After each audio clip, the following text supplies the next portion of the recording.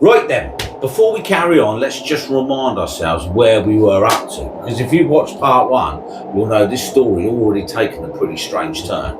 We've got this ordinary family living in an ordinary little house, Lindley Street. Now, at first, it's just the odd knock, a few strange noises, nothing you'd lose sleep over. Well, I would lose sleep over it, right? Then the windows start smashing.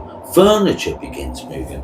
Heavy objects are being thrown around the house. Now, I'll be honest, if it was only the family saying all this, I'd probably be thinking there's got to be another explanation. I think most people would. But here's where everything changes, because now it's not just the Goodin family. The police are getting involved. And that's where the story really starts to get under your skin.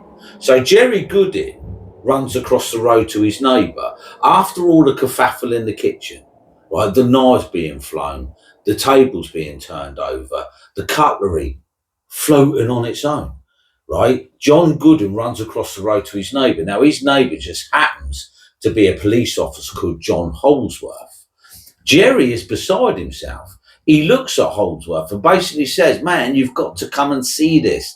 There's something evil in my house." Now, you can imagine being police officer Holdsworth, right? You're probably thinking, right, all right, let's go and have a look. Maybe someone's broken in. Maybe a few local kids are winding the family up. Maybe everyone's just got themselves into a panic. Whatever it is, you're expecting to find something. What you're not probably expecting is what happens next, though. Like, Holdsworth walked through the front door. The house is a mess. Broken glass everywhere, furniture upside down, drawers pulled open. It honestly looks as though someone's turned the place upside down, looking for something. And he's taking it all in, looking around, trying to make sense of it. And then something catches his eye. One of the chairs. Now, at first, he probably thinks there's nothing of it. Maybe he just imagined it. Maybe it settled awkwardly. Then it moves again. Now, can you picture that room for a second? One frightened family, one police officer, nobody saying a word, and every pair of eyes are locked on that chair. Then it slides. Not much, just enough that everyone in the room knows they've all seen exactly the same thing. Now, I'll tell you what, if that was me, I'd already be wondering whether I really saw it. You know what you're all like, your brain immediately starts trying to explain it. Did I imagine it? Was it the floor? Did somebody knock it? But before anyone can even say a word, another chair moves, and this time, nobody's got an explanation. The room just falls silent. You can hear a pin drop. Then comes the bit that always makes me stop and think, right, the kitchen. Because according to the witnesses, the fridge starts moving. Now, not rocking, all right, and not vibrating. It actually moves across the kitchen floor. Now, just think about that for a second. A full-size refrigerator, you're talking about hundreds of pounds in weight. Can you imagine standing there watching it slide and nobody's touching it? Honestly, I think I'd be off like a shot. I would be off like a shot. Now, Holdsworth doesn't. Fair play to him. He actually walks over to it, puts his hands on it, checks underneath, looks behind it. He's doing exactly what any good police officer should do, trying to prove there's a normal explanation. But apparently there isn't one. Now, here's the really interesting bit. Instead of saying, right, it's haunted, he does the complete opposite. He gets on the radio, basically saying, "Can I get another unit over it? I need another pair of eyes." And I actually like that, because if something unbelievable happens, you don't want to be the only person who's seen it. Now, within minutes, more officers arrive. Now, can you picture that house again? Not ghost hunters, not paranormal investigators, not at the moment, police officers walking from room to room, looking behind curtains, checking windows, looking under beds, doing exactly what you'd expect them to do. Then it happens again. Another crash. Everyone turns, and suddenly they're not looking for burglars anymore. They're looking for answers, because whatever happening inside the little house is happening right in front of them. And believe me, they are only just getting started. The weird stuff is only just kicking off, basically. So Officer Holsworth standing there, probably trying to make sense of what he's just seen. And I'll tell you what, this is the point where I think the whole story changes, because up until now, it's been the Goodin family. Right, the Goodin family's words. They've been the only one experiencing it. But now you've got bona fide witnesses. I'll tell you what really gets me about the case. It's not just the strange things were supposedly happening. It's who ended up seeing them. Because by now the little house isn't just full of the Goodin family. It's not even just police officers anymore. Now you've got firefighters turning up. And if you're wondering why a firefighter would turn up, because so was I, it's because last time I checked, firefighters didn't get called out to haunted houses. They're looking for practical explanations: faulty electrics, a gas leak, maybe something in the structure of the house, anything that makes sense. So when they walk through the door, that's exactly where their minds are. They're not looking for ghosts, of course not. They're looking for a reason, right? Why did that fridge move? Now, can you picture it again? You've got now police officers stood around the living room. You've got the families exhausted. Nobody's really talking much. You can almost imagine everyone waiting to see if anything happens. And then without warning, there's another bang. Not a little knock, a proper crash. Now everybody jumps. Every head turns at exactly the same time. And according to the accounts, the television comes crashing down. Again, now, there is those moments where I always try and put myself there, because it's very easy to sit here 50 years later and say, well, there must have been an explanation. And there might have been. But imagine standing in that room and actually seeing it. You'd be scratching your head, wouldn't you? I know the firefighters certainly were. They start checking things, looking around, trying to work out whether the floor's uneven, whether anything could have fallen naturally. They're doing exactly what you'd expect trained professionals to do. And yeah, nobody seems to come up with an answer everyone's happy with. Now here's the bit where I think you start to realise just how desperate the Goodin family have become, because someone suggests calling a priest. Now think about that. Not a ghost hunter, not a medium, a priest. To me, that says everything, right? The family weren't looking for publicity.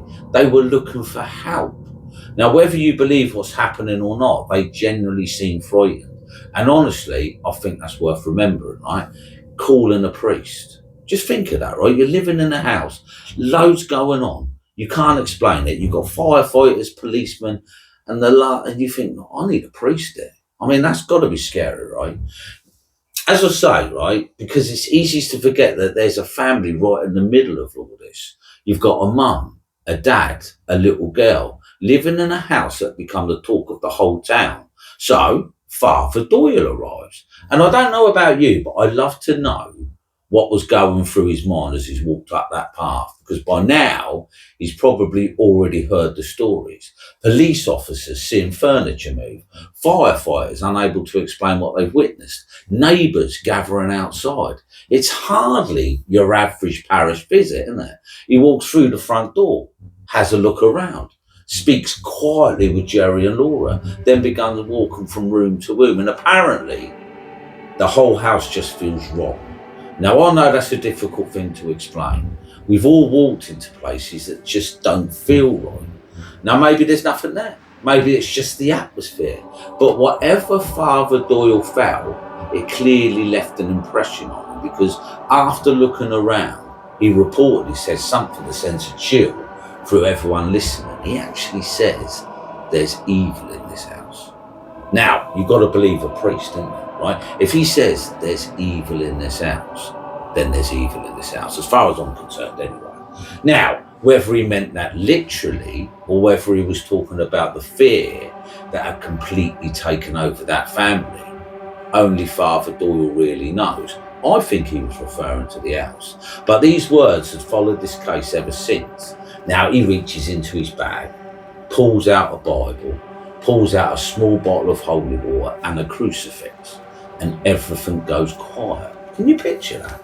Right? Police officers, firefighters, the Goodin family, Nobody speaking, everybody watching one man, waiting to see what happens next. And then something very odd is said to have happened. Father Doyle places a bottle of holy water on a table, right? Turns away for a second, reaches back for it, and before he can pick it up, the bottle tips over. Nobody's touching it, right? He stands it back up, probably thinking, that's strange, it's weird. He reaches for it again, and according to the people in the room, over it goes a second time. Now, I'll be honest with you, okay? I don't know what happened there. Maybe there's a perfectly ordinary explanation. Maybe there isn't. But I do know this, it certainly didn't make anybody in that room feel any better, did it? In fact, from that moment on, the feeling inside the house seemed to change completely. And believe me, the strangest part of this entire case still hasn't happened. Because next, the Warrens arrive. Now, and what several people later claimed to witness would turn the Bridgeport Poltergeist into one of the most talked about haunting cases in America. Holsworth gets on his radio and he doesn't start talking about ghosts. He doesn't say the house is haunted. He simply asks for more officers. And honestly, I think that's exactly what I'd have done. Because if you go back to the station and tell everyone you've just watched a chair move by itself, good luck convincing anybody, right? A few minutes later, more officers arrive. Now, picture the scene again. 4 experienced police officers walking around this tiny little family home, opening doors, looking under beds, checking windows, checking locks. They're doing exactly what you'd expect a police officer to do, right? They're looking for the trick. Because there has to be one, doesn't there? Right? And then there's an almighty crash. Everybody spins round. A television has just hit the floor. Now, different people remember this part slightly different, apparently. Some said it lifted first. Others just remember it crashing down. Either way, the end result's the same. Nobody was anywhere near it. Now, here's something that I always find interesting, right? Nobody runs. Nobody screams. They do what police officers do. They investigate. One officer checks the stand. Another looks behind the television. Somebody else starts looking around the room because there has to be an explanation. There just has to be. Then, right now, picture this. Right, that television has just crashed to the floor on its own. 4 police officers are there. Okay, now they're investigating that. No strings. No weirdness. The telly just fell by the looks of it. And then something else happens that makes me stop and think, right? The fridge starts moving again. Now, can you imagine that kitchen for a second? 4 police officers, nobody saying a word, every single one of them watching the same thing. A full-size fridge sliding across the floor. Now, I don't know about you, but I'd love to know what was going through their minds. Because once you've seen something like that, you can't unsee it. One of the officers later admitted he simply didn't know what to write in his notebook. Now think about that. Police officers are trying to describe what they see. But how do you write observed fridge moving on its own? Right? You don't deal without thinking nobody's ever going to believe this. And the strange thing is, instead of fewer emergency services arrive and more turn up, which tells me something about this story. The officers clearly felt they weren't dealing with an ordinary disturbance anymore. And word started spreading around Bridgeport, not through Facebook, not through YouTube, obviously, because this is the 70s. It spread the old-fashioned way. Police talking to police, neighbours talking over garden fences, somebody ringing a friend, and before long people are saying, have you heard about the house on Lindley Street? Now here's the bit that gives me goosebumps personally, because eventually the police decide they need someone else to see this, not another officer, a firefighter. Now think about that for a second. Firefighters don't investigate haunted houses, they investigate things that can be explained. Like we said before, gas leaks, structural damage, electrical faults. So when they walk through the front door, that's exactly what they're expecting to find. And honestly, they've no idea, man. They're about to walk into one of the strangest cases in American paranormal history. And if you thought the police seeing moving furniture wasn't bizarre, wait until you hear what happened when the police arrived, right? So by now, The little house on Lindley Street has become talk of the town. Neighbours are talking about it. Police officers are talking about it. Firefighters have been there. A priest has walked through the front door, and still nobody can agree on what's actually going on. Now, I don't know about you, but if I lived on that street, I'd definitely be peeking through the curtains, probably pretending I wasn't, like we all do, but I'd definitely be having a look. And that's exactly what starts happening. More and more people begin turning up. Some are genuinely worried about the family. Others, well, they're just curious. Because let's be honest, if someone told you there was a house where police officers had supposedly watch furniture moving, you'd probably want to have a look yourself. And before long, there are people lining the streets, cars slowing down, neighbours standing in little groups trying to separate fact from rumour. And you know what rumours are like. By the time you've gone through 5 people, the story usually grown another 2 heads. They call it Chinese whispers. Some people are saying the house is possessed. Others reckon it's a big publicity stunt. But somewhere in the middle, obviously sits the truth. Now, here's where 2 familiar names enter the story. Ed and Lorraine Warren. Now, whether you believe in the Warrens or not, you've got to admit they've become 2 of the most recognisable names in paranormal history. Long before Hollywood came calling, right, these 2 were travelling all over America investigating reports of hauntings. Some people thought they were brilliant. Others thought they were full of it, right? I'll leave that one up to you. But one thing's for sure, they'd even seen more haunted houses than most people could ever imagine. So when the word reached them about the little house in Bridgeport, it caught their attention. And apparently it didn't take long before they were standing outside the front door.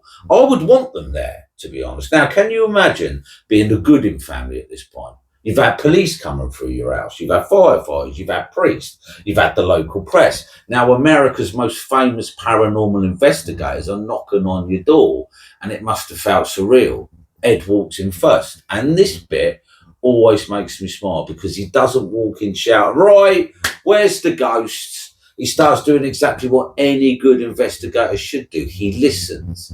He sits down with Jerry, then Laura, then the police officers. He wants everybody's version of events, not just one, all of them. And I like that. It shows that he's thorough. Because before you even start thinking about ghosts, you've got to understand the people. Now, Lorraine's a little different, right? People often describe her as being very sensitive to places. Whether you believe that or not, I don't know. She later said that the atmosphere inside the house was unlike anything she'd experienced before. She said it was heavy, oppressive, as though something was pressing down on everyone inside. Again, that's her account. But it's interesting that several other people used the very similar words, didn't they? Now, here's the bit I'd love to have seen. Ed's talking quietly with one of the officers. Lorraine's walking slowly around the house. The family's watching every move they make. Can you picture that? Nobody's rushing around. Nobody's trying to scare anybody. Just a room full of people waiting. Because by now, everyone's thinking the same. Well, what do you make of it? Then Ed says something interesting. He wants to keep a close eye on Marcia. Not because he's accusing her of anything, but because in a lot of cases he'd investigated over the years, the strange activity often seems to happen around one particular person, and usually a teenager or a child. So he asked one of the younger investigators with him, Paulino, to stay close to her. Just observe, nothing more. And honestly, that seems perfectly reasonable, doesn't it? Because if you're trying to solve a mystery, you watch everything. Not because you think someone's lying, but because sometimes the smallest detail turns out to be the biggest clue. Now, nobody in the room could have guessed what was about to happen next, right? Because according to several of the people there, Marcia's chair was about to do something that none of them would ever forget, right? Now, I want you to forget everything you've seen in horror movies for a minute. Forget spinning heads. Forget walls bleeding. Forget things flying all over the place, because sometimes the quiet moments are the ones that stay with you. Now, picture this. It's the evening. The house is strangely calm. For the first time in what probably feel like days, nobody's saying very much. Ed Warren's there. Lorraine's quietly walking around the house. Poor Eno is keeping an eye on Marcia, just like Ed had asked him. Police officers are still around. The Goodin family are exhausted. You can almost feel it. Everyone's waiting. Not because they know something's going to happen, but because enough strange things have already happened that nobody really wants to be the first one to relax. I get that now. Marcia's sitting in a wooden dining chair. Nothing unusual about that. Just an ordinary chair. The sort you'd find in a million homes. She's not running around. She's not shouting. She's simply sitting there. Now, poor Eno later said he deliberately kept watching her. Not staring, just observing. Because Ed wanted to know if there was a pattern to the activity. And then, without warning, something changes. Now, this is where I'd love to know what was going through everyone's mind. Because according to the witnesses, the chair began to move. Not tip over, not wobble, move. Very slowly at first, apparently. Almost as if someone had gently pushed it. Only nobody had. Right, can you picture that room? Nobody's speaking, nobody's breathing. Just every single person watching one chair. I'll tell you what, even reading the witness statements gives me goosebumps because it's such an ordinary object. That's what makes it unsettling. If someone tells you they saw a monster, your brain would almost dismiss it straight away. But a dining chair, we've all sat in one. We've all leaned back a little too far. We know exactly how they behave, which is why this next bit is so difficult to explain. According to several people in the room, the chair doesn't stop. It keeps moving across the floor with Marcia still sitting in it. Now, if that's exactly how it happened, right, if that chair slid while Marcia was in it, that's incredible. If there was another explanation, nobody in that room seemed able to find it. And here's the bit I find fascinating. Nobody rushes forward. Nobody grabs a chair. It's almost as though everyone is frozen, like their brains are refusing to accept what their eyes are seeing. Now, can you imagine that feeling? That split second where you're thinking, surely this can't be happening. While at the very same time, you're watching it happen. I do get that, right? Now, poor Eno later described the moment as surreal. He wasn't shouting. He wasn't trying to make a name for himself. He simply sat there, watched it, and it left him struggling to explain what he had witnessed. Now, here's where the story gets even stranger, because according to Ed Warren, this wasn't random.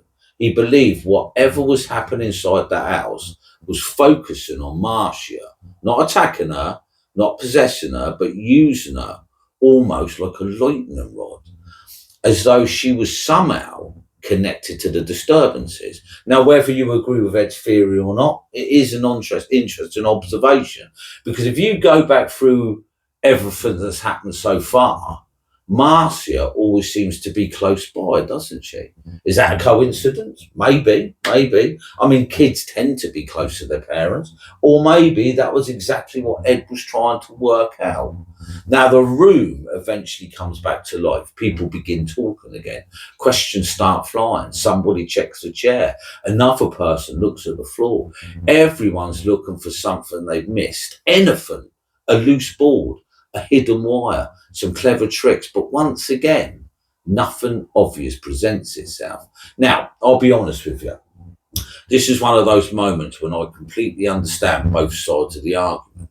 If you weren't in that room, it's easy to be skeptical, isn't it? I'd probably be asking exactly the same questions. But if you were there, if you genuinely watched what happens with your own eyes, how would you explain it? Yeah, that's the question this case keeps asking, isn't it? And nobody, not the police, not the firefighters, not the priest, not even Ed and Lorraine Warren, ever came up with an answer that everyone agreed on. Right? But the night wasn't over, not even close. Because according to several witnesses, what happens next was unlike anything they'd ever seen before. And it's that moment that's convinced some people that this just wasn't a mischievous poltergeist.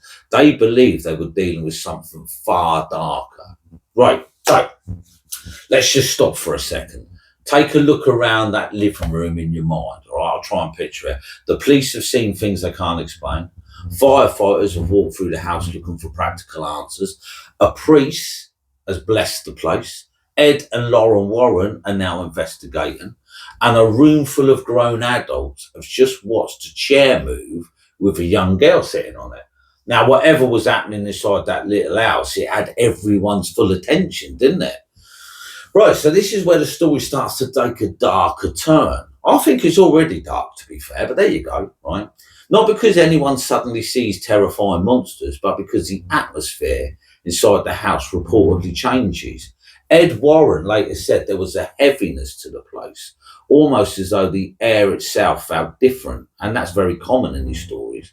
Lorraine described something similar. She often spoke about scents and places rather than simply seeing things, and she later said the house felt oppressive in a way she rarely experienced. So, now, whether that's something you believe in is entirely up to you, but it is worth remembering that they are their words, not mine.